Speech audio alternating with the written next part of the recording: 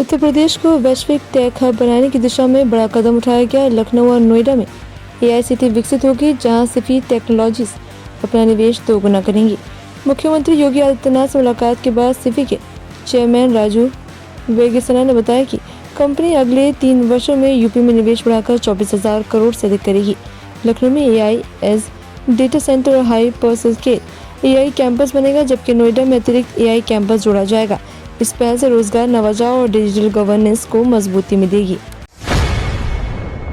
प्रधानमंत्री नरेंद्र मोदी 25 दिसंबर को 1 दिवसीय दौरे पर लखनऊ आएंगे। भारत रत्न पूर्व प्रधानमंत्री अटल बिहारी वाजपेयी की 101वीं जयंती पर वह बसंत कुंज स्थित राष्ट्रीय प्रेरणा स्थल पर लोकार्पण करेंगे। पीएम के आगमन को लेकर शहर में बुधवार रात 11 बजे से गुरुवार कार्यक्रम समाप्ति तक व्यापक ट्रैफिक डायवर्जन लागू रहेगा। डीसीपी ट्रैफिक कमलेश दीक्षित के अनुसार कई प्रमुख मार्गों पर भारी और व्यावसायिक वाहनों का प्रवेश प्रतिबंधित रहेगा। यात्रियों से वैकल्पिक मार्ग अपनाने की अपील की गई। ट्रैफिक समस्या पर कंट्रोल नंबर 9454405155 पर संपर्क किया जा सकता है। यूपी के माध्यमिक विद्यार्थियों को अब मुफ्त में ऑनलाइन पढ़ाई और किताबों की सुविधा मिलेगी। राष्ट्रीय पुस्तकालय डिजिटल प्लेटफॉर्म के जरिए छात्र अपने पाठ्यक्रम के अलावा भी विभिन्न विषयों की किताबें पढ़ सकेंगे। इसमें कहानियाँ, विज्ञान मॉड्यूल, महान विभूतियों द्वारा लिखी पुस्तकें और गैर शैक्षणिक सामग्री शामिल है। खास बात यह कि सामग्री अलग अलग आयु वर्ग और पसंदीदा भाषाओं में उपलब्ध है। इससे भाषा की समस्या नहीं रहेगी। माध्यमिक शिक्षा परिषद के निर्देश पर यह सुविधा निःशुल्क दी जा रही है। इसके लिए https://ndleducation.gov.in होम पर पंजीकरण किया जा सकता है।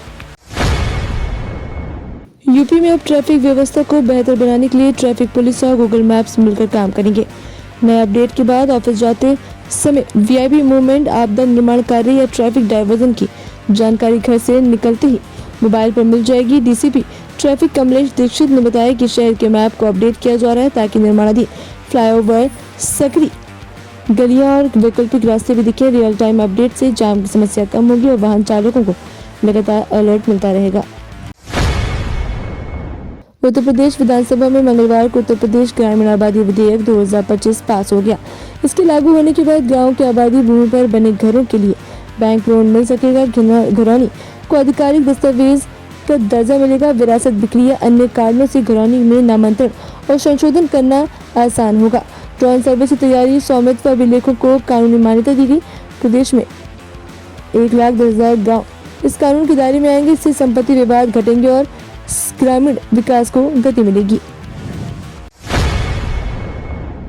उत्तर प्रदेश सरकार ने मनरेगा मजदूरों को बड़ी राहत देने का दावा किया। ग्रामीण विकास राज्य मंत्री विजय लक्ष्मी गौतम ने विधानसभा में बताया कि मनरेगा मजदूरों की मजदूरी 252 रुपये प्रतिदिन है। इसका निर्माणाधीन केंद्र सरकार करती है। अब मजदूरों का भुगतान 15 दिन के बजाय 7 दिन में किया जाएगा। साथ ही मनरेगा के स्थान पर प्रस्तावित विकसित भारत गारंटी रोजगार और आजीविका मिशन के तहत कार्य दिवस 100 से बढ़ाकर 125 दिन करने की गारंटी दी गई। सरकार का कहना है कि इससे ग्रामीण रोजगार और आजीविका का मजबूती मिलेगी। कानपुर में मेट्रो नेटवर्क के विस्तार की तैयारी तेज हो गई। नौबस्ता से बर्रा तक 5.9 किलोमीटर लंबे नए रूट पर 8 नए मेट्रो स्टेशन बनाए जाएंगे।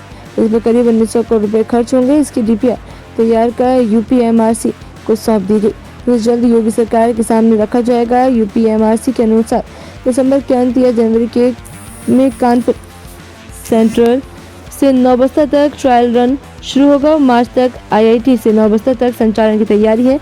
नए रूट से करीब 50 लाख लोगों को राहत मिलेगी। यूपी पंचायत चुनाव को लेकर मतदाता पुनरीक्षण 2025 की सूची जारी कर दी गई है। राज्य निर्वाचन आयोग के अनुसार मतदाता 30 दिसंबर तक दावे, आपत्तियां दर्ज करा सकते हैं, जबकि 31 दिसंबर से 6 जनवरी तक उनका निस्तारण होगा। अंतिम मतदाता सूची 6 फरवरी को प्रकाशित की जाएगी। पुनरीक्षण अभियान में 1,81,00,000 नए मतदाता जोड़े गए। वहीं 1,41,00,000 करोड़ आरोग्य नाम हटाए गए।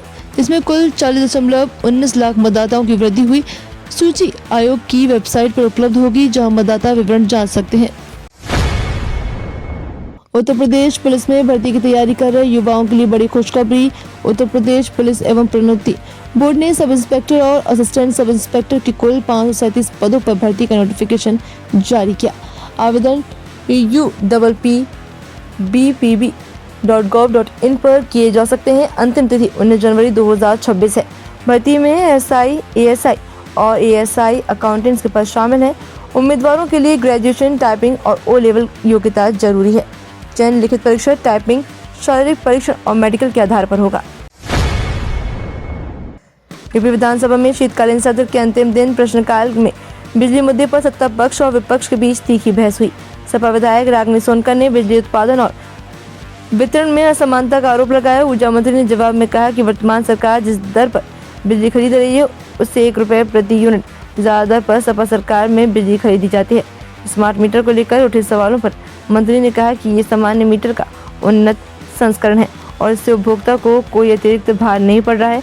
बहस के दौरान नेता विरोध दल लाल बिहारी यादव ने पीठ पर लोकतंत्र की हत्या का आरोप लगाया, जिसके बाद सपा विधायकों ने वॉकआउट किया। सपा प्रमुख अखिलेश यादव ने यूपी की 4 बड़ी भर्तियों 69,000 सहायक शिक्षक, बांदा कृषि विश्वविद्यालय, लखीमपुर सहकारी बैंक और 7,994 लेखपाल भर्ती में ओबीसी, एससी और एसटी आरक्षण की लूट का आरोप लगाया। अखिलेश ने दावा किया कि एनएफएस जैसे अवैध फॉर्मूले से 30,000 से अधिक पीडीए पद छीने गए और सरकार ने केवल कमेटियां बनाकर मीडिया मैनेजमेंट किया। उन्होंने इस मुद्दे पर कोर्ट जाने और आंदोलन का ऐलान किया। वहीं सरकार ने आरोपों को झूठा बताते हुए कहा है कि आरक्षण नियमों का पूरी तरह पालन किया जा रहा है। उत्तर प्रदेश की 10 राज्यसभा सीटों पर 2026 में होने वाले चुनाव बसपा के लिए बड़ा झटका साबित हो सकते हैं। रामजी गौतम का कार्यकाल खत्म होते ही रामजी राज्यसभा में बसपा की मौजूदगी समाप्त होने की संभावना है। विधानसभा में केवल एक विधायक होने से बसपा के पास नया सांसद भेजने का गणित नहीं बचा। लोकसभा में पहले ही पारिश होने पर है, जिससे मायावती की राजनीतिक चिंता बढ़ गई है। वहीं भाजपा एनडीए को 8 सीटों पर बढ़त और सपा को एक अतिरिक्त सीट मिलने की संभावना जताई जा रही है। उन्नाव दुष्कर्म कांड में उम्र कैद की सजा काट रहे पूर्व विधायक कुलदीप सिंह सेंगर को दिल्ली हाई कोर्ट से बड़ी राहत मिली। कोर्ट ने अपील लंबित रहने तक उनकी सजा निलंबित कर जमानत दी।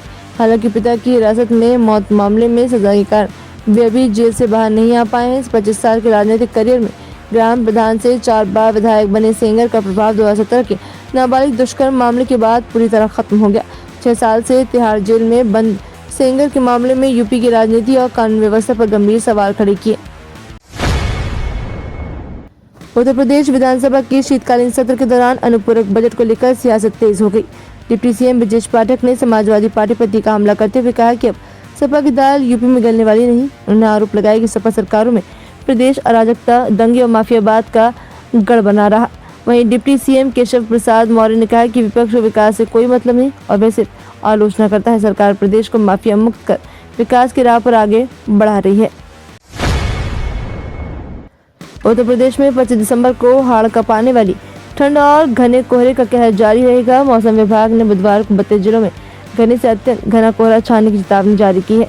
बलरामपुर, श्रावस्ती, बहराइच, लखीमपुर खीरी, सीतापुर, सहारनपुर, बरेली, बिजनौर, मुरादाबाद, रामपुर, पीलीभीत और शाहजहांपुर सहित पूर्वी और पश्चिमी जिलों में कोहरा रहेगा। अगले 4 दिनों तक मौसम शुष्क रहने के बावजूद कोहरे की संभावना बनी रहेगी। पहाड़ी इलाकों में बर्फबारी और उत्तर पश्चिमी हवाओं के कारण रात का तापमान 2 से 3 डिग्री सेल्सियस तक गिर सकता है, जिससे ठिठुरना और बढ़ जाएगा। तो ये थी आज की 15 फटाफट खबरें। अगर आपको वीडियो पसंद आया तो वीडियो को लाइक, शेयर व कमेंट जरूर करें। धन्यवाद।